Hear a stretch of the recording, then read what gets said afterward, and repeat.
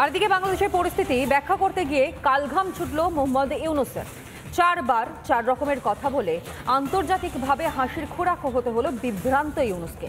শাক দিয়ে মাছ ঢাকতে গিয়ে শেষে নিজের কথা নিজেই খণ্ডন করে বসলেন তিনি।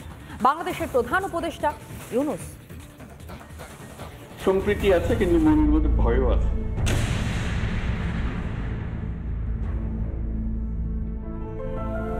এটা আমাদের কারণে হচ্ছে না, হচ্ছে বাইরের একটা কারণে। বিচলিত হয়ে এমন সব কাজ করছি, পরে বুঝি যে এটা ঠিক হয়নি।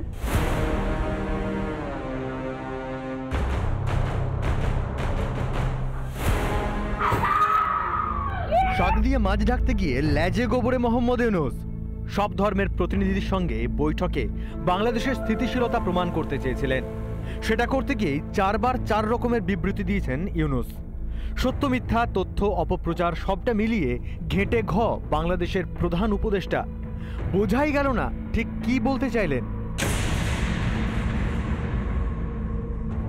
হামলা হচ্ছে, অত্যাচারিত হচ্ছে এবং বিদেশি গণমাধ্যমে গণমাচারিত হচ্ছে, যে এটা হচ্ছে। তা আমি খোঁজ নিচ্ছি যে কেন হচ্ছে, কি হচ্ছে, দিক থেকে হচ্ছে না হচ্ছে না। প্রথমে নিপীড়নের ঘটনাগুলিকে অপপ্রচার বলে চালানোর চেষ্টা, পরক্ষণেই আবার নিজেই বলছেন এইসবের জন্য দায়ী বাইরের শক্তিরা। বহির্বিশ্বে আবার কেউ আছে যারা আমাদেরকে বিভিন্নভাবে উস্কানির সূত্রপাত করে। এটা আমাদের কারণে হচ্ছে না, আমি যেটা উল্লেখ করতে চাচ্ছি এটা আমাদের কারণে হচ্ছে না, হচ্ছে বাইরের একটা কারণে। বাইরের শক্তিদের দায়ী করতে চেয়ে আবার পর মুহূর্তেই ঢোক গিলে স্বীকার করলেন ভয়ের বাতাবরণের কথা। সম্প্রীতি আছে, কিন্তু মনের মধ্যে ভয়ও আছে। এই ভয় থেকে কেমনি আমরা উত্তরণ করব? সম্প্রীতির কথার ভেতরেও কিন্তু একটা ভয় আছে। ভয় না থাকলে সম্প্রীতির কথাটা আসতো না। নিপীড়ন হচ্ছে কিনা সেটা নিয়ে নিশ্চিত নন, অথচ নিজেই বলছেন বাংলাদেশিরা প্ররোচনায় পা দিয়ে অপ্রীতিকর ঘটনা ঘটাচ্ছে। হবে না, ঘটনা ঘটবে না, এরকম করার উপায় আমাদের নাই। যে ঘটনা ঘটবে, বিচলিত হয়ে এমন সব কাজ করছি, পরে হয়তো আমরা বুঝি যে এটা ঠিক হয়নি। হাসিনাকে তাড়িয়ে এমন একজন মানুষের হাতে বাংলাদেশের ভার দেওয়া হয়েছে যিনি নিজেই বোধহয় কিছু বুঝে উঠতে পারছেন না। অভিজ্ঞতার অভাব, নাকি ইচ্ছাকৃতভাবে সত্যকে চাপা দেওয়ার চেষ্টা? বাংলাদেশিদের বার্তা দিতে গিয়ে উল্টে নিজেই চরম বিভ্রান্তি ছড়িয়ে আন্তর্জাতিক মহলেও হাসির পাত্র হলেন ইউনূস। ইউনূস আর মমতা বন্দ্যোপাধ্যায়ের মধ্যে কোনো তফাৎ নেই। যেমন এখানে মমতা ব্যানার্জিও কিছু জানে না, সেরকম ইউনূসও কিছু জানে না, ভাই বোন। এভাবে বাংলাদেশের ইউনূস সরকার যে বলছেন আমাদের এখানে সম্পূর্ণ শান্তি রয়েছে, কোনো কিছু হচ্ছে না, ভারত অপপ্রচার করছে, এইসব কথার কোনো মানে হয় না। আমি জানি না কোন পার্সপেক্টিভে ওকে নোবেল দেওয়া হয়েছিল, ওনার কতটা যোগ্যতা ছিল, এটা একবার পুনর্বিবেচনা করার দরকার আছে। একদিকে বাংলাদেশে হিন্দু নিধনে মেতেছে ইউনূস ও তার বর্বর বাহিনী, অন্যদিকে ইউনূসই দেখানোর চেষ্টা করছেন বাংলাদেশে অল ইজ ওয়েল। আসলে যে সব ঠিক নেই সেটা বলে দিচ্ছে বাংলাদেশের দৈনন্দিন ছবিটাই। কিভাবে থামাবেন হিন্দুদের গর্জন, এখন সেটাই বুঝে উঠতে পারছেন না বাংলাদেশের প্রধান উপদেষ্টা। রিপাবলিক বাংলা। বাংলাদেশে হিন্দুদের উপর বর্বরোচিত অত্যাচার, আর সেই বর্বরোচিত অত্যাচারে বিন্দু বিসর্গ পর্যন্ত নাকি জানেন না এই ইউনূস প্রশাসন। হিন্দুদের জাগরণে কার্যত থরথর করে কাঁপছে ইউনূসের পা। আর এই পরিস্থিতিতে আরও বাড়ছে আক্রমণ, চলছে খুন, গ্রেফতারি। চট্টগ্রামের খাগড়াছড়িতে সেখানে খুন করা হয় এক হিন্দু মহিলাকে। এত নারকীয় হামলার কথা কিছুই জানেন না ইউনূস।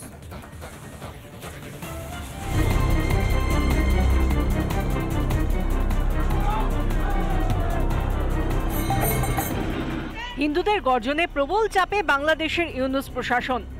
হিন্দুদের গর্জন থামাতে দমনপীড়ন নীতি নিয়েছে বাংলাদেশের স্বৈরাচারী সরকার। এবার পার্বত্য চট্টগ্রামের খাগড়াছড়িতে হিন্দু মহিলাকে খুনের অভিযোগ সামনে এলো। বাড়িতে ঢুকে ইসকন ভক্তকে খুন করা হয়, মাথায় মিলেছে আঘাতের চিহ্ন। কয়েকদিন আগেই সুনামগঞ্জে প্রায় 130টি হিন্দুদের বাড়ি, দোকানে ভাঙচুর চালানো হয়। ঘটনার ভিডিও করে সোশ্যাল মিডিয়ায় পোস্ট করায় গ্রেফতার করা হয় বিপ্র দাস ও সবুজ নামের 2 যুবককে। গ্রেফতার করা হয় আরও এক হিন্দু যুবক গোবিন্দ দাসকেও। বাংলাদেশ জুড়ে চলছে হিন্দু নিধন যজ্ঞ। হিন্দুদের অত্যাচারের কথা শুনে যেন আকাশ থেকে পড়লেন বাংলাদেশের উপদেষ্টা মণ্ডলীর প্রধান। অত্যাচারের কথা নাকি জানেনই না ইউনূস? এখন আবার নতুন কথা, হামলা হচ্ছে, অত্যাচারিত হচ্ছে, এবং বিদেশি গণমাধ্যমে না, এটা প্রচার মাধ্যমে বলবো, প্রচার মাধ্যমে প্রচারিত হচ্ছে যে এটা হচ্ছে। তা আমি খোঁজ নিচ্ছি যে কেন হচ্ছে, কি হচ্ছে, সব দিক থেকে খোঁজ না, হচ্ছে না। ইউনূস চোখ বন্ধ করে থাকতে পারেন, কিন্তু বিশ্বের দরবারে ক্রমশ বেআব্রু হয়ে যাচ্ছে ইউনূসের ষড়যন্ত্র। এবার বাংলাদেশ নিয়ে সরাসরি সরব আমেরিকার বিদেশ মন্ত্রকও। बांग्लादेश के लिए एक पायदार लोकतंत्र देखना चाहते हैं, जिसमें हर व्यक्ति की मानवीय अधिकार माना जाता है, और वो खबरें जो हम अभी बांग्लादेश से सुन रहे हैं वो काफी तफ्तीशनाक है। শান্তির নোবেল জয়ী যেন অশান্তি দেখতেই পান না, কিন্তু দেশের হিন্দুদের গর্জন নিশ্চয়ই শুনতে পাচ্ছেন। বিশ্বের একাধিক দেশেও জোরালো হচ্ছে প্রতিবাদের জোয়ার। এবার সাঁড়াশি চাপে ঘুম ভাঙবে ইউনূস প্রশাসনের। সুরক্ষা পাবেন বাংলাদেশের হিন্দুরা। রিপাবলিক বাংলা। নোবেল শান্তি পুরস্কার পেয়েছেন, কিন্তু তিনি ক্ষমতায় এলেন অশান্তিতে ভর করে।